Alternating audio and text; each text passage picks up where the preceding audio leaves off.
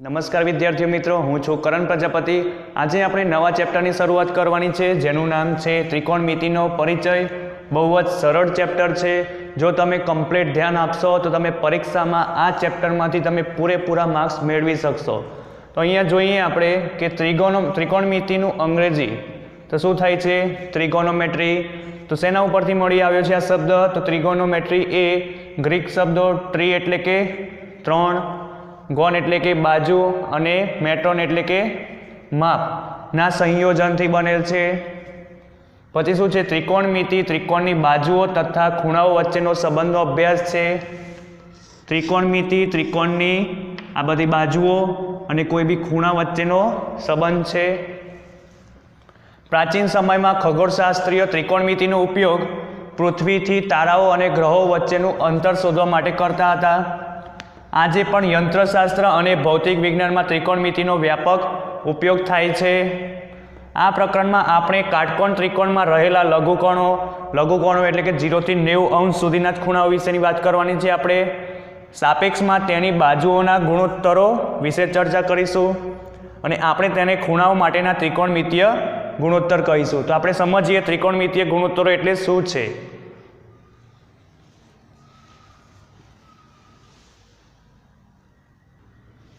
તો ચલો જોઈએ ત્રિકોણમિતીય ગુણોત્તરો। તો અહીંયા આપણે ખૂણો સી, ખૂણો એ બી અને સી એટલે કે ખૂણો સી એ બી ને ધ્યાનમાં લો, જે કેવો છે? લઘુકોણ છે। તો અહીંયા લખીએ, અહીં ખૂણો સી એ બી, ખૂણો સી એ બી લઘુકોણ છે। ખૂણા એ ની સામેની બાજુ એટલે કઈ થશે? બીસી। તો આને શું કહીશું? ખૂણા એ ની સામેની બાજુ કઈ છે? ખૂણો એ ની સામેની બાજુને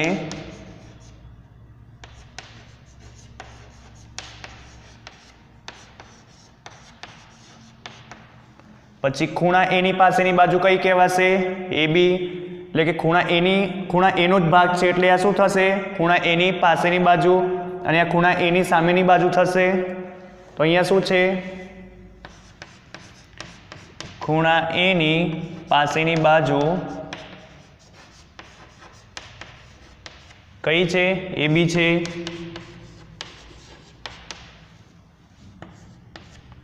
પછી તો કર્ણ કયો થશે આનો? એસી થશે।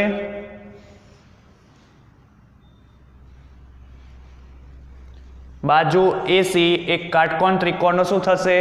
કર્ણ।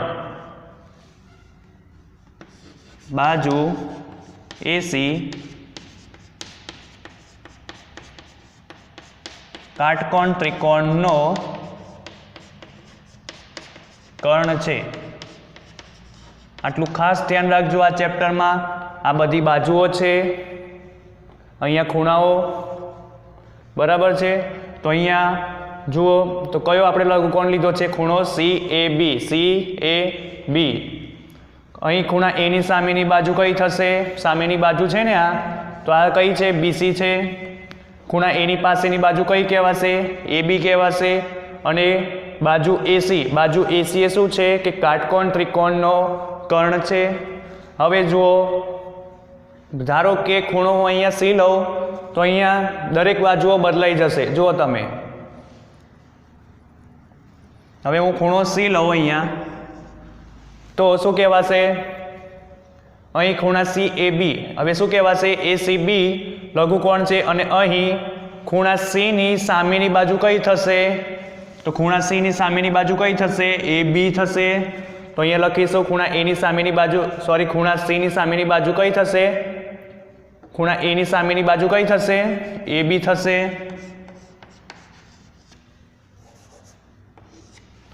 પછી ખૂણા સી ની પાસેની બાજુ કઈ થશે? ખૂણા સી ની પાસેની બાજુ કઈ થશે? તો સીબી થશે। તો અહીંયા લખીશું સીબી। પછી બાજુ એસી તો એનો કર્ણ જ થશે। બાજુ એસી કાટકોણ ત્રિકોણનો કર્ણ છે। જે મોટી હોય, મોટી લાઈન છે ને અહીંયા જુઓ તમે, એ શું થશે? આપણો કર્ણ। તો બરાબર યાદ રાખજો કે સામેની બાજુ કોને કહેવાય, પાસેની બાજુ કોને કહેવાય અને કર્ણ કોને કહેવાય. તો હવે જોઈએ આપણે તેના અમુક સૂત્રો જોઈએ. સાઇન, કોસાઇન, ટેન, સેક, કોટ એમના આપણે સૂત્રો જોઈશું.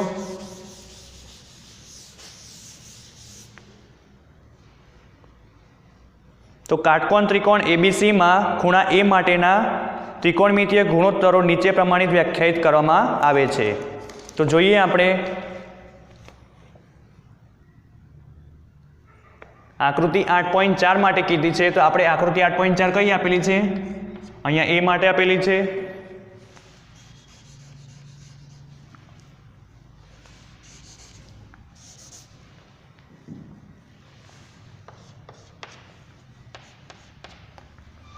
તો તમે અહીંયા જુઓ કે ત્રિકોણમિતીય ગુણોત્તરો મેળવવાના છે. તો આપણે પહેલા સૌપ્રથમ સાઇનનો મેળવીશું. તો ખૂણો એ, ખૂણો એ નો સાઇન શું થશે? આ સૂત્ર તમારે ખાસ યાદ રાખવાના. તો ખૂણા એ માટે સાઇનનું સૂત્ર શું થશે કે સામેની બાજુ ભાગ્યા કર્ણ. શું થશે? ખૂણા એ ની સામેની બાજુ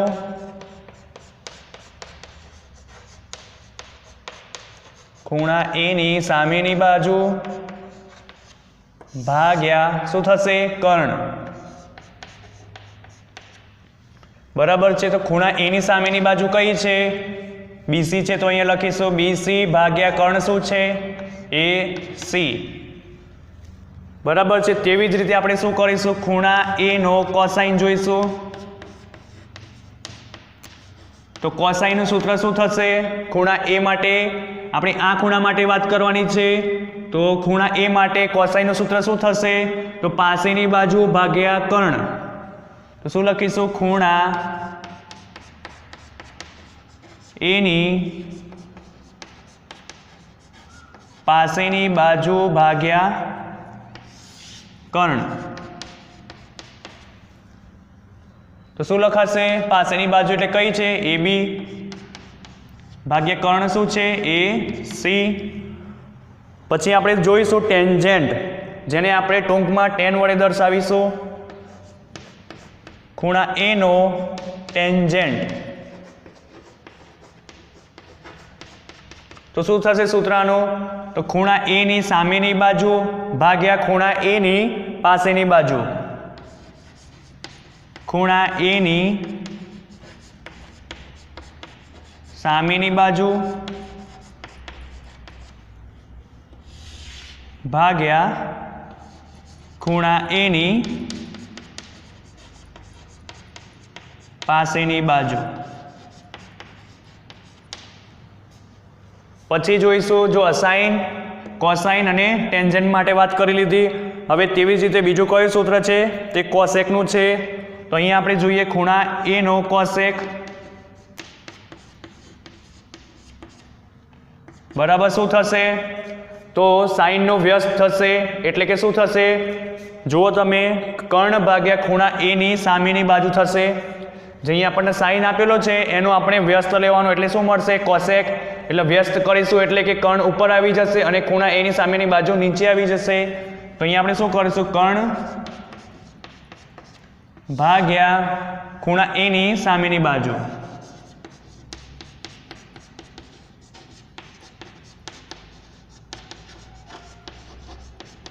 તો કર્ણ શું હતો આપણો? AC ભાગ્યા ખૂણા એ ની સામેની બાજુ કઈ છે? તો BC છે. તો શું લખાશે? કોસેક બરાબર કર્ણ ભાગ્યા ખૂણા એ ની સામેની બાજુ બરાબર AC ભાગ્યા BC. હવે તેવી રીતે સેક માટે જોઈએ. તો સેક માટે શું કરીશું આપણે? તો આનો વ્યસ્ત છે એ. તો શું કરાશે? કર્ણ ભાગ્યા ખૂણા એ ની પાસેની બાજુ.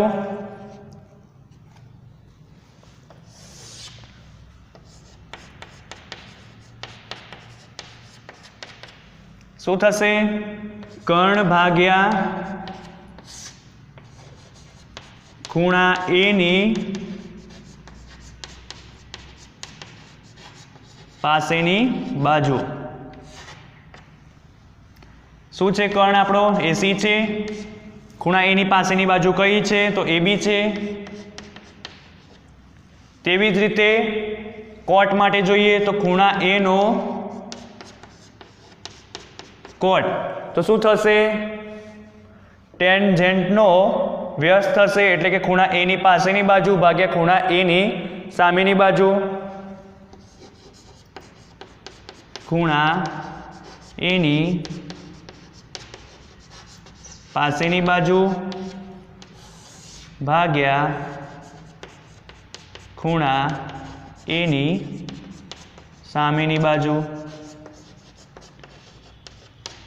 તો ખૂણા એ ની પાસેની બાજુ શું છે તો એ બી છે, તો એ બી લખીશું અહીંયા ભાગ્યા ખૂણા એ ની સામેની બાજુ કઈ છે સીબી છે, સીબી કે બીસી તમે કોઈ બી લખી શકો છો. તો આ થઈ ગયા સાઇન, કોસાઇન, ટેન્જેન્ટ, કોસેક, સેક અને કોટના અગત્યના સૂત્રો છે. આ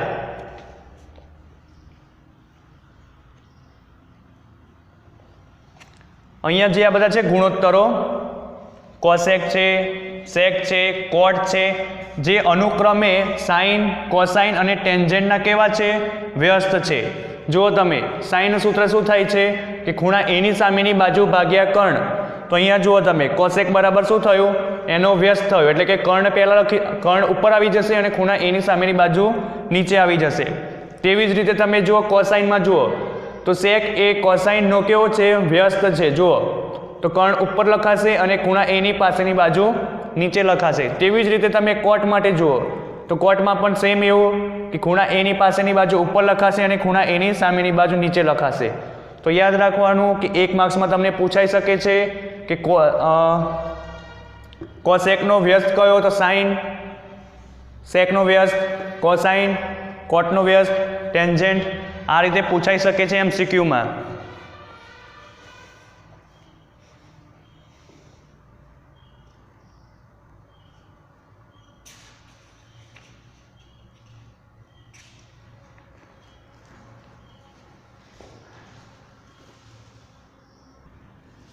હવે આપણે ટેન્જેન્ટ અને કોટ માટેનું બીજા સ્વરૂપમાં આપણે સૂત્ર મેળવીશું. તો ટેન્જેન્ટ માટે જોઈએ આપણે અને કોટ માટે જોઈએ.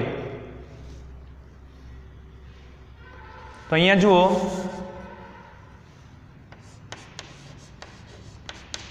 ટેન બરાબર શું થાય છે, સોરી મેં અહીંયા લખ્યું નથી, ખૂણા એની સામેની બાજુ તો શું થશે સીબી ભાગ્યા ખૂણા એની પાસેની બાજુ શું થશે એબી. બરાબર છે. તો અહીંયા આપણે શું કરવાનું છે, ટેન્જેન્ટ બરાબર શું કરશું તો પહેલાં લખી દઈએ સીબી ભાગ્યા એબી લખી દઈએ. હવે ટેન્જેન્ટ બરાબર સીબીને એસી વડે હું ભાગી દઈશ અને એબીને પણ એસી વડે ભાગી દઈશ. તો મને શું મળશે એના ઉપરથી તમે જુઓ સીબી ભાગ્યા એસી એટલે શું થાય છે, જો આવી રહ્યો સીબી ભાગ્યા એસી એટલે શું લખાય છે સાઇન લખાય છે. તો અહીંયા આપણે શું લખીશું સાઇન. પછી એબી ભાગ્યા એસી તો અહીંયા તમે જુઓ સૂત્રોમાં એબી ભાગ્યા એસી ક્યાં લખાય છે તમે અહીંયા જુઓ એબી ભાગ્યા એસી તો શું મળે છે આપણને કોસ.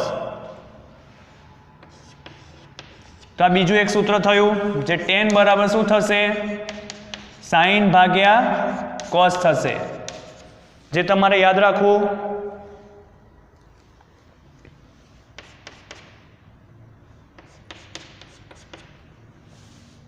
ટેન એ માટે સોરી સાઇન એ ભાગ્યા કોસ એ માટે, કેમ કે આપણો ખૂણો કયો છે અહીંયા એ છે તો અહીંયા ખાસ લખવાનું ટેન એ બરાબર સાઇન એ ભાગ્યા કોસ એ.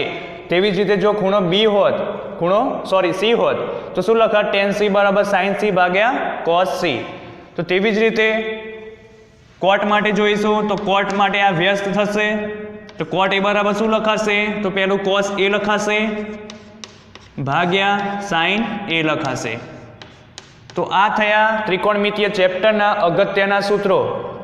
જો તમને આ સૂત્રો નહીં આવડે તો તમને આ ચેપ્ટર પણ નહીં આવડે, એટલે ખાસ આ સૂત્રો તૈયાર કરવા બધા જ. ઓકે, તો હવે બીજો ટોપિક જોઈએ. તો ચલો અહીં આપણને નોંધ આપી છે, નોંધ સમજવાની છે. તો નોંધ શું કહેવા માગે છે એ જોઈએ. તો અહીંયા શું આપ્યું છે કે અહીં સાઇન એનો ઉપયોગ ખૂણા એના સાઇનના સંક્ષિપ્ત રૂપે કરવામાં આવેલ છે. એટલે કે સાઇન એ માટે જો ખૂણો કયો હતો એ હતો ને સાઇન એ નો ઉપયોગ ખૂણા એ ના સાઇનના સંક્ષિપ્ત રૂપે કરવામાં આવે છે. શું કરવામાં આવે છે? ખૂણા એ ના સાઇનના સંક્ષિપ્ત રૂપે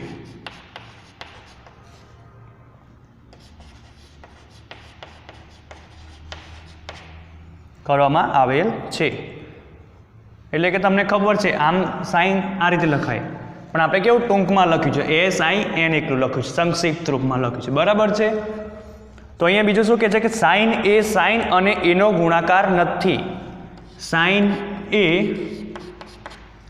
સાઇન અને એનો ગુણાકાર નથી. આ જે છે ને સાઇન અને એ, આ બંને વચ્ચે કંઈ ગુણાકારનો સંબંધ નથી. સાઇનને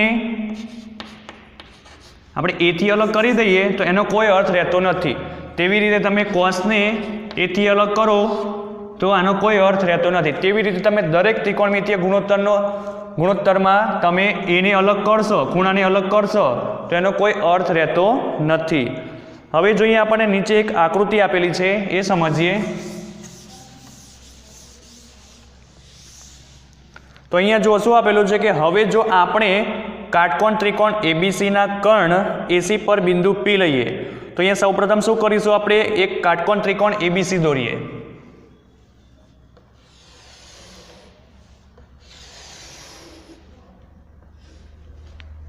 કાટકોણ ત્રિકોણ એબીસી દોરીએ.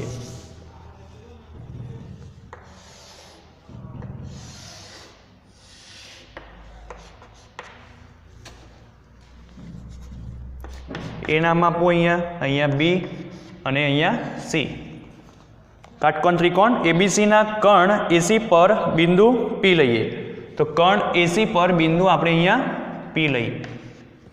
પછી શું કીધું છે કે અથવા લંબાવેલ બાજુ એસી પર એક બિંદુ ક્યુ લઈએ.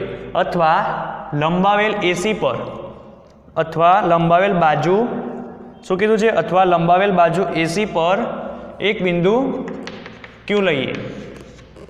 અહીંયા શું લીધું મેં? બિંદુ ક્યુ લઈએ. અને એબી પર લંબ પીએમ દોરીએ. અને એબી પર લંબ પીએમ દોરીએ. તો પી અહીંયા છે તો એમ દોરીએ અહીંયા. તો આ શું થયો? આપણો એબી પરનો લંબ થયો. પછી શું કીધું છે? અથવા લંબાવેલ બાજુ એબી પર, અથવા લંબાવેલ બાજુ એબી પર લંબ ક્યુ એન દોરીએ. અથવા લંબાવેલ બાજુ એબી પર લંબ ક્યુ એન દોરીએ. તો અહીંયા જુઓ, લંબ દોરીશું અહીંયા. બરાબર છે. પછી શું કીધું છે કે તો ત્રિકોણ PAM માં ખૂણા એ માટેના ત્રિકોણમિતીય ગુણોત્તરો જે હમણાં આપણે શોધ્યા ને સાઇન કોસાઇન માટે એ, ખૂણા PAM ના શું કીધું છે? ત્રિકોણમિતીય ગુણોત્તરો અને ત્રિકોણ CAB માં ખૂણા એ માટેના ત્રિકોણમિતીય ગુણોત્તરો અથવા તો ખૂણા QAN માં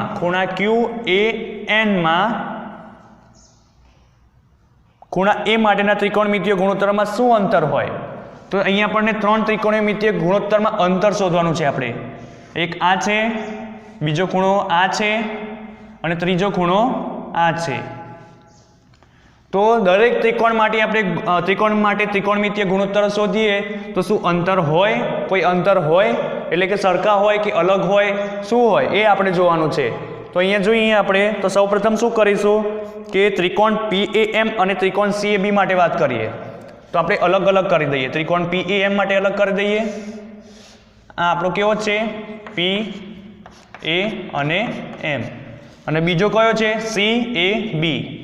તો બીજો CAB માટે જોઈએ. અને B માટે. તો અહીં શું કહે છે? સૌપ્રથમ આનો ઉત્તર મેળવવા સૌપ્રથમ આપણે ત્રિકોણોનું નિરીક્ષણ કરો. આપણે પહેલા બે ત્રિકોણ લીધા છે તો હવે આપણે શું કરશું? નિરીક્ષણ કરીશું, ચેક કરશું કે શું ત્રિકોણ PAM અને CAB એ સમરૂપ છે. તમે આગળના ચેપ્ટરમાં ભણી ગયા તો સમરૂપની ડેફિનેશન તમને ખબર હશે. સમરૂપની ડેફિનેશનમાં શું કે આકાર સરખા હોવા જોઈએ, આકાર સરખા હોવા જોઈએ, પણ કદને કઈ લેવા દેવા નથી હોતા. તો અહીંયા આકાર કેવા છે? સરખા છે. કદને આપણે કઈ લેવા દેવા નહીં. તમે જો આકાર છે ને સેમ જ છે, ખાલી અહીંયા નાની મોટી ત્રિકોણ છે, બરાબર છે. તો અહીંયા શું કહેવાશે? ત્રિકોણ કેવા કહેવાશે? સમરૂપ કહેવાશે.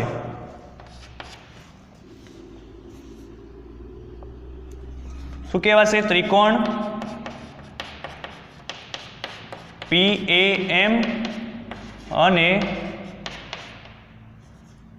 ત્રિકોણ CAB સમરૂપ છે. તો સમરૂપ હોય તો શું લખાય? તમને ખબર છે સમરૂપતાનો ત્રિકોણનો ગુણધર્મ? તો AM ભાગ્યા AB લખાશે. AM ભાગ્યા AB બરાબર કરીને શું લખાશે? PM ભાગ્યા CB બરાબર છે. તેવી જ રીતે શું કરાશે? આ માટે જોઈએ તો શું લખાશે? AP ભાગ્યા શું લખાશે? AC. તો આ શું છે? સમરૂપતાનો ગુણધર્મ છે.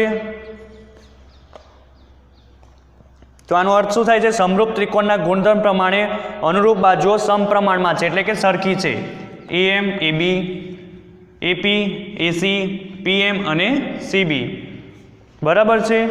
તો તે પરથી આપણને MP/AP બરાબર BC/AC બરાબર sin A મળશે. જુઓ હવે આપણે આ બે ગુણોત્તરોની વાત કરીએ તો શું લખાશે? આને PM ભાગ્યા CB બરાબર શું લખાશે? AP ભાગ્યા AC બરાબર છે. તો હવે હું શું કરીશ? તો PM ના PM રાખીશ અહીંયા, ભાગ્યા AP નીચે લઈ જઈશ. હવે CB ને ઉપર લઈ જઈશ હું, અને AC તો એમના એમ જ છે. તો બરાબર શું લખાશે? CB ભાગ્યા AC કરો તમે શું લખાશે? જુઓ અહીંયા CB ખૂણા A માટે વાત કરવાની છે. CB ભાગ્યા AC કરશો તો આપણને સૂત્ર ખબર છે sin A નો. તો સામેની બાજુ ભાગ્યા કર્ણ, CB ભાગ્યા AC, CB ભાગ્યા AC એટલે શું લખાશે? અહીંયા sin A લખાશે. તેવી જ રીતે તમે જુઓ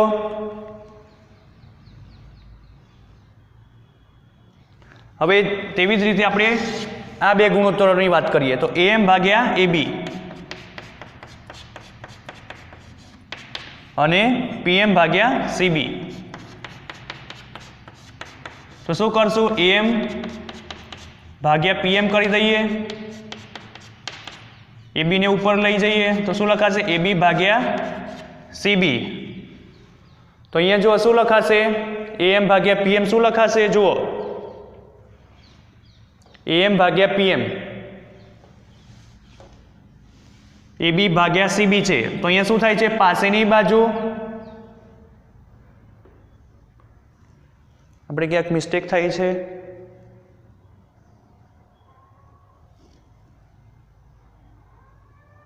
ઓકે સોરી, આપણે બે ગુણોત્તર આ અને આ લેવાના છે. હવે તો મેં બીજા લીધા છે.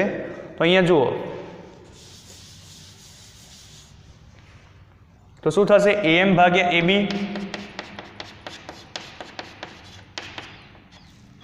બરાબર AP ભાગ્યા AC. શું થશે? AM upon AP, AB ભાગ્યા AC.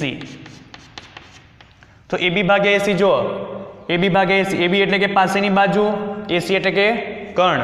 તો એ શું શેનું સૂત્ર છે? આપણું cos નું છે. તો અહીંયા શું લખીશું? cos A બરાબર છે. હવે તેવી જ રીતે આપણે કોનું જોઈશું? PM અને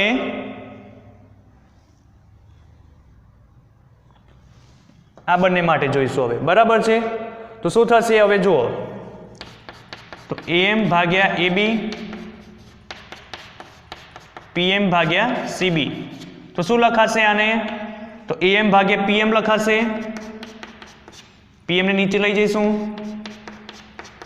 હવે એબીને ઉપર લઈ જઈશ, એબી ભાગ્યા સીબી.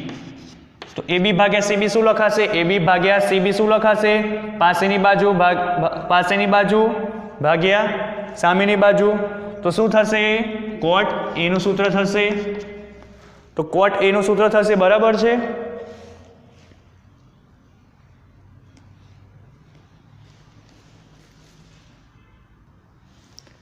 તો અહીં આપણને સાઇન એનું સૂત્ર મળ્યું, કોસ એ, કોટ એ, અને બાકી રહ્યા કયા? ટેન માટે રહ્યું, કોસેક માટે રહ્યું અને સેક માટે.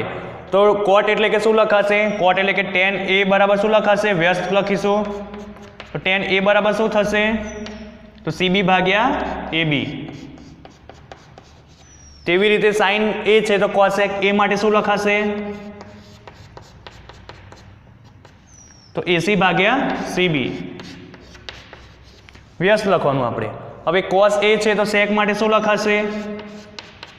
તો એસી ભાગ્યા એબી.